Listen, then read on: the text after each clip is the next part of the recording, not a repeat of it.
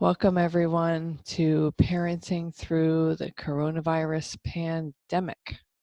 I believe this is day 9, but like I said yesterday, all the days are starting to run together, so I don't even really know how many of these I've done, but I think it's day 9. So anyway, hi, Lori and Laura. So great to have you guys here today. Today, I wanted to talk about a shift that I noticed in my house, in the members of my household yesterday. But before I talk about that, I want to ask you guys how you're doing. How is today going for you in your home and with your family? Please just put your comment in there so I can check in on you guys and see how you're doing. While you are typing that up, I want to tell you about the shift that occurred in my house yesterday.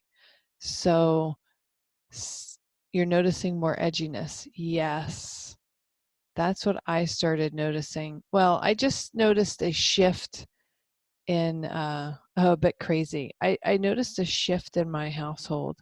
And the shift that I noticed, I very quickly realized what it was. And it was a shift from the sprint of this pandemic to the marathon of this pandemic. And what I mean is my experience watching the people in my house. There are 7 of us here, my husband and myself and our 3 kids, and my brother-in-law and my niece, who have lived with us for about 10 years. So we're a house of 7. And what I noticed was the first week and a couple of days of this isolation, stay-at-home quarantine thing was the newness and the novelty of it all, and the sprint of, oh my gosh, this is all changing. What's going to happen with school, and how about work, and what are we doing? And we're shifting and learning, and we're doing all this stuff trying to adapt to our new circumstances. And certainly there were some emotions. My daughter was more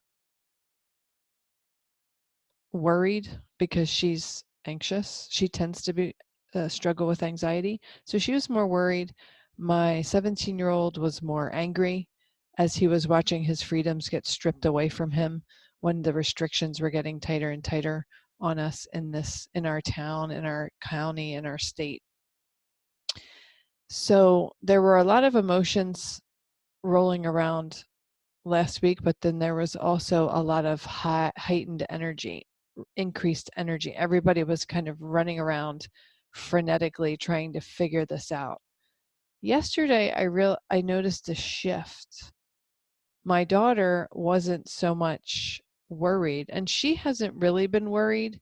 I think there's comfort for her that we're taking very seriously the guidance that's been given to us with staying home, avoiding contact with others, not going out to public places. So I think, and then we're all together. So I think that brings her comfort, and in the first week at least, it kept her anxiety and her worries and her fears at bay because we were all together. And the other thing is, yesterday I sensed a shift, and it's a little bit the same today. She's been having trouble getting into a routine. Routine and structure is very important to her, but it doesn't come naturally to her. So I hit the ground running in the morning, and I'm working. I'm working every day because we're trying to put this digital conference together that's going to be live on April 25th. And I'm still recording podcasts every day. I'm interviewing people. I'm scheduling recordings. I still have my clients that I'm working with. I'm uploading all these recordings. I'm doing all the tech. So I am still really full with work. And sometimes my daughter doesn't come down to eat breakfast until 1 or 2 in the afternoon.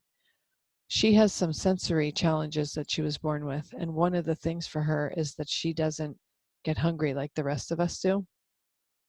So eating on a schedule, having the schedule of school, get up, eat breakfast, go to school, lunchtime is a certain time, come home, dinner time is a certain time.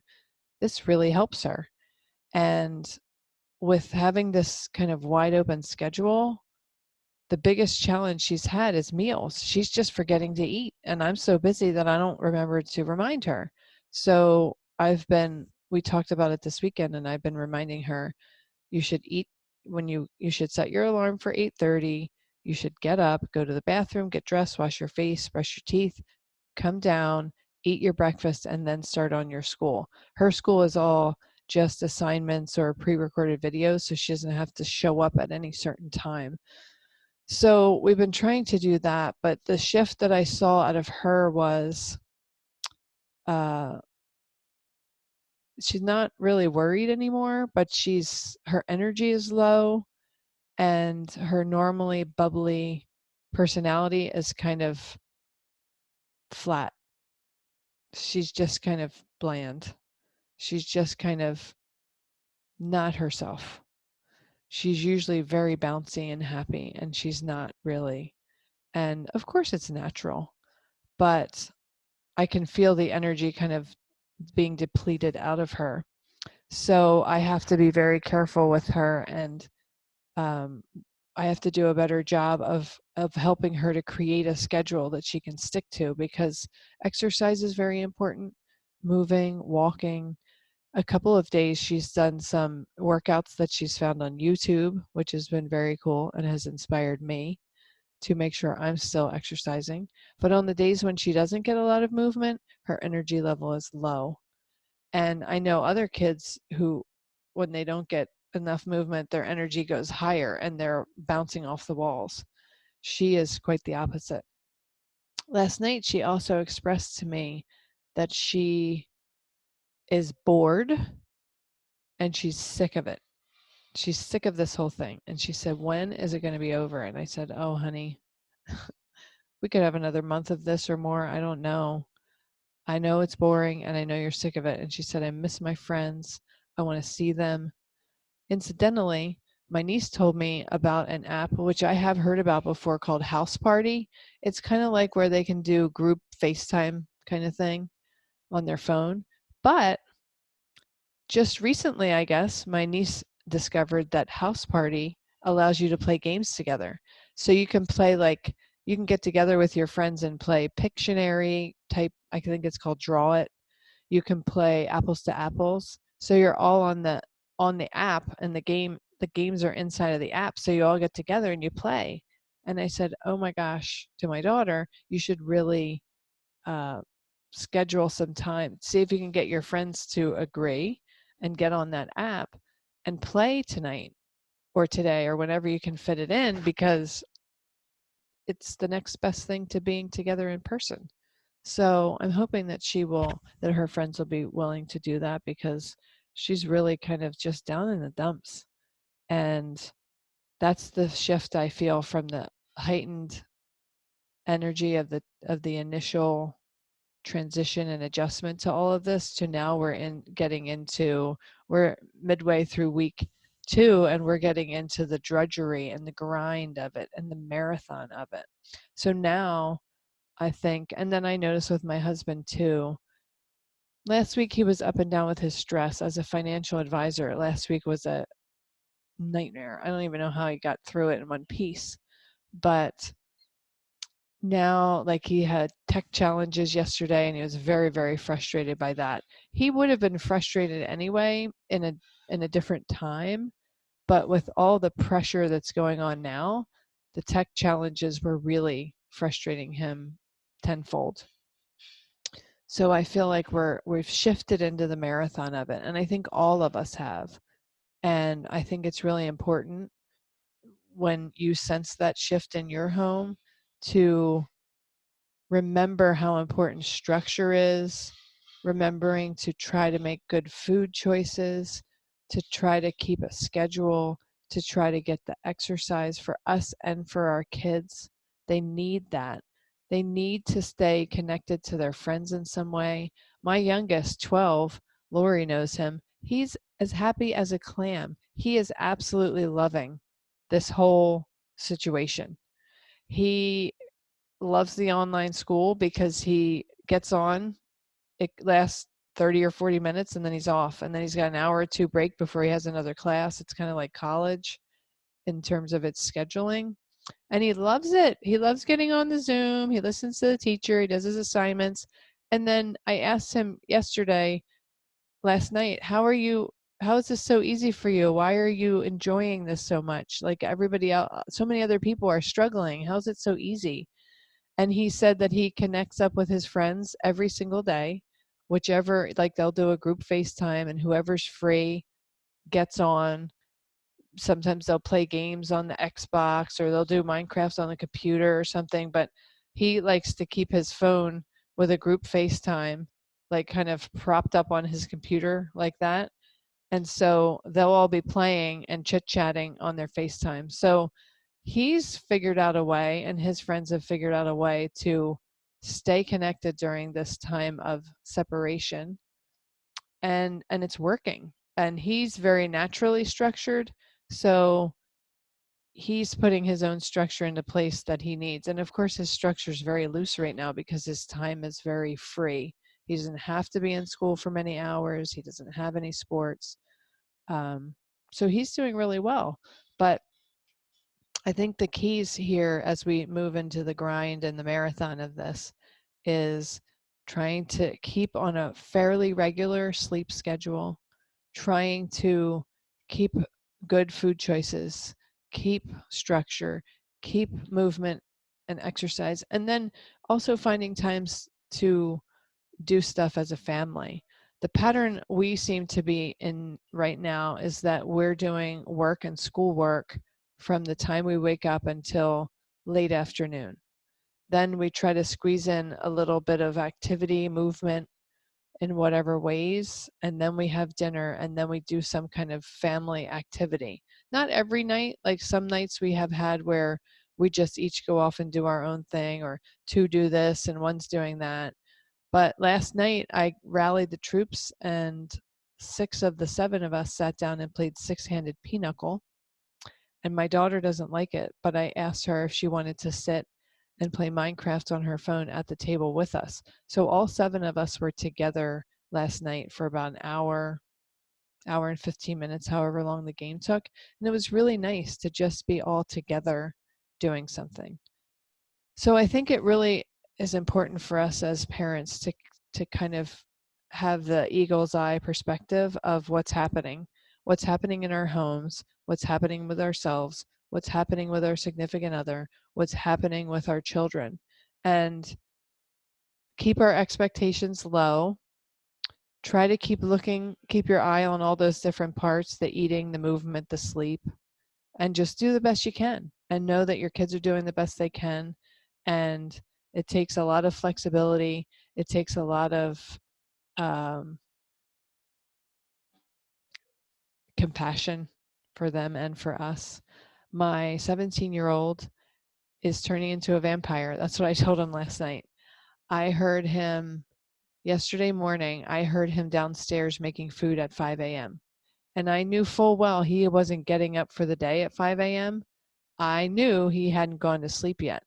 So I was so busy working, I didn't actually see him until 5 p.m. last night. And even though we're in the same house, he just was in his room, I guess, the most of the day. And when I saw him, I said, "What time did you go to bed last night?" And he got this sheepish grin on his face and he said, 10 o'clock this morning. And I said, "Oh my gosh, you went to bed at 10 a.m.? What time did you wake up?" And he said 1:30. And I was like, "Oh my gosh, you're going to turn into a vampire." And he said, "I just couldn't sleep."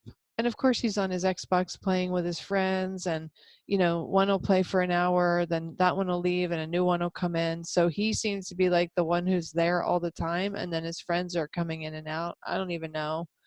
Um, his goal was to try to get to sleep at a reasonable hour last night, and again this morning I heard him at 5 a.m.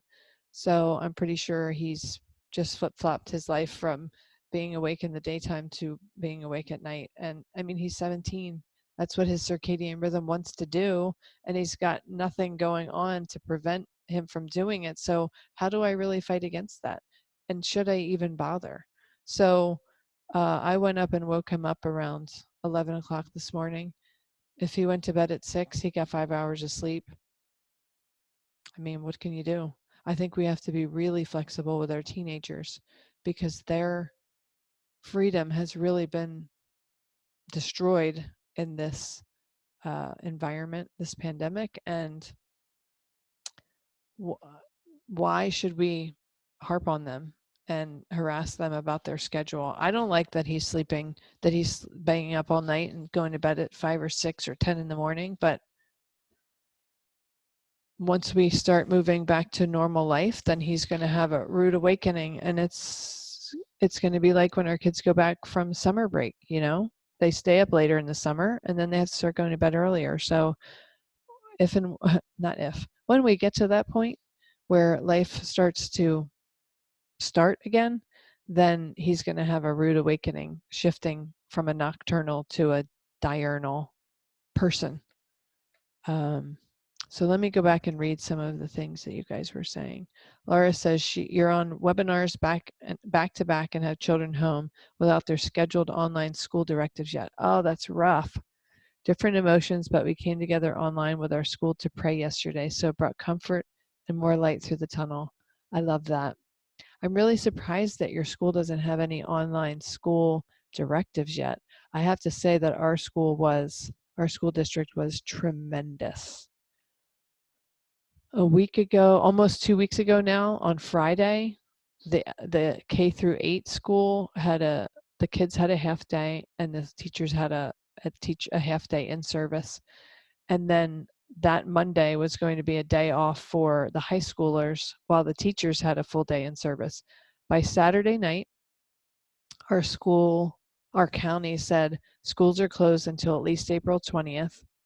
And then our school districts, the K through 8 and the high school, both sent messages out saying Monday will be a school holiday, day off so the teachers can be prepared, and Tuesday school starts. And boy, they hit the ground running Tuesday. The K through 8 teachers are doing live Zoom calls with the kids. The high schoolers, like I said, have just assignments in Google Classroom with maybe some pre-recorded videos. But my goodness, they hit the ground running. I am so utterly impressed with our administration and our staff, our teachers. They're just amazing. I know what a challenge it is because of the work I do, and I help coaches and therapists and mindfulness teachers to grow their businesses in addition to parent coaching. I know how challenging it is for people who aren't used to this and using technology and being on video. I know how challenging it is for people to go on video. And here we had these teachers who just on a dime just pivoted and they're doing Zoom classes over Zoom. I'm so impressed by them. They're awesome. Laura says, your oldest is keeping a routine. She's a routine girl. Yes. Your youngest is a bit more wide open and she's forgotten to eat too. Okay, so yeah, we're seeing some similar patterns here. Dr. Hat on rest. On rest, rhythm, and routine. The 3 R's are the best for adrenal glands. So good for the immune system. Rest, rhythm, and routine. I like that. I'm going to tell my daughter that. House Party app. Yes, House Party is an app, at least on iPhone. I don't know if it's on Android or anything else, but it's kind of like a group FaceTime chat where everybody can get together, and now they can play games through that. Connection and all health and wellness routines on board. Yes.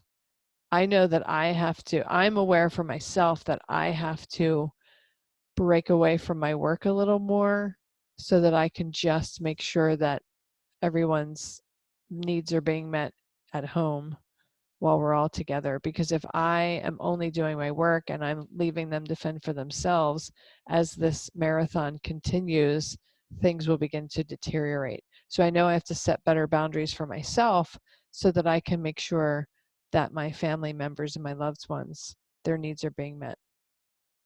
And Laura, you said Liam's the same way, FaceTime, Xbox, Discord. It's a great way for our kids to stay connected. I'm so glad that the boys are staying connected because it's really helping them. Are you finding that with Liam? Is that helping to keep him thriving during this time when he's able to connect up with his friends. I know I'm feeling that with Brady. Oh, Laura said you're on spring break. Oh, okay. The pandemic was declared while you're on break, off break next Monday. Okay, so that makes sense. That makes sense. So your teachers have actually had a great opportunity to kind of really wrap their heads around this before they had to dive in headfirst to it. So hopefully they'll be ready to hit the ground running with your students next week. And Lori said you're struggling because you've been work at home since 2012, and with everyone home teaching my third grader and balancing household, it's intense. It is very intense. So perhaps your kids, your boys, can pick up the slack. Maybe they can add some household tasks. I'm trying to avoid calling them chores because that sounds like just a drudge kind of a word. Household tasks that need to be done. Um, New and different from, in addition to whatever they've done up until now. Maybe that's a way that they can contribute to the smooth running of your household. And then Laura said that's great for your children with the school. Yeah, our teachers are so amazing. And Laura, you said it's the connecting with friends is helping him, but your third grader is struggling and Liam is not focusing on him. Ooh, that's a tough one. Are there any games or activities that the boys like to do together? I know that the separation from them, I guess, is 4 years. The separation between my boys is 5 years, so 12 and 17. It's nearly impossible to get them to do something together. Occasionally, they could play an Xbox game or something together, but really the 12-year-old wants to play with his friends. The 17-year-old wants to play with his friends, since they can do it online. Last night, the whole family, the 6 of 7 of us played Pinochle. So the boys played. They didn't play with each other, but they played with the group. But I would just say, see if they can figure out ideas of what they can do together. They can run around in the backyard together, kick a soccer ball, play with a frisbee, hide and seek in the backyard just to get out and run around, get some fresh air. Maybe chess, but it usually gets heated. I'll start family games and make them problem solve. Yeah, I don't think you should approach that with feeling the responsibility for solving the problem. I think it's important to involve them in figuring things and helping to figure things out. You can let them know, in my opinion, you can let them know what you're seeing, what you're noticing, and you might even talk to Liam separately and let him know that you're noticing that his brother is struggling and that you were thinking it might be helpful if Liam spent some time with him doing stuff, building with Legos or running around, like those ideas I had, having a Nerf battle, something that they can do together, and see if he has any ideas. But if you can kind of tap into Liam's compassion, if you can get him, like speak to him on that frequency where he's feeling compassion towards his brother, and then you treat him as like the rescuer, the big brother, the helper. If he can feel the compassion for his brother and see himself as someone who can contribute to helping his brother through this difficult time, that's probably your best way in to get him on board with helping his brother. Getting outside is good, as you said, as they can let off steam and more freedom if you have a backyard. Oh, yes, if you have a backyard.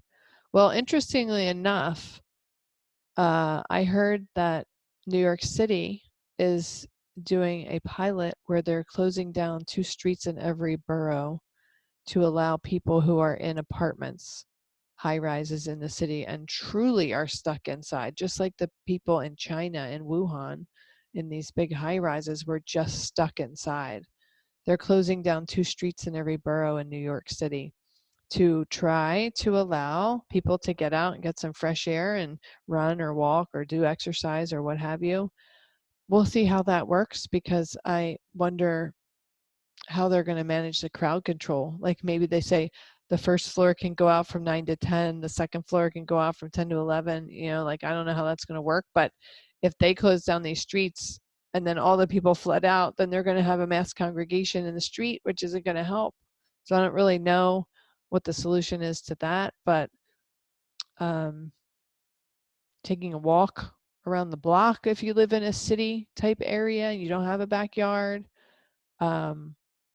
With kids, I took a bike ride with my 12 and 14-year-old 2 days ago. And I said, as we ride around, let's look for signs of spring. So everywhere we went, we were looking for blooming trees, blooming flowers, buds on trees, leaves popping out on bushes, just any kind of sign of spring that we could find. We were looking for it. So that was kind of a fun activity. And I think we ended up being on our bikes for like an hour and a half. It was really lovely. It was really, really good.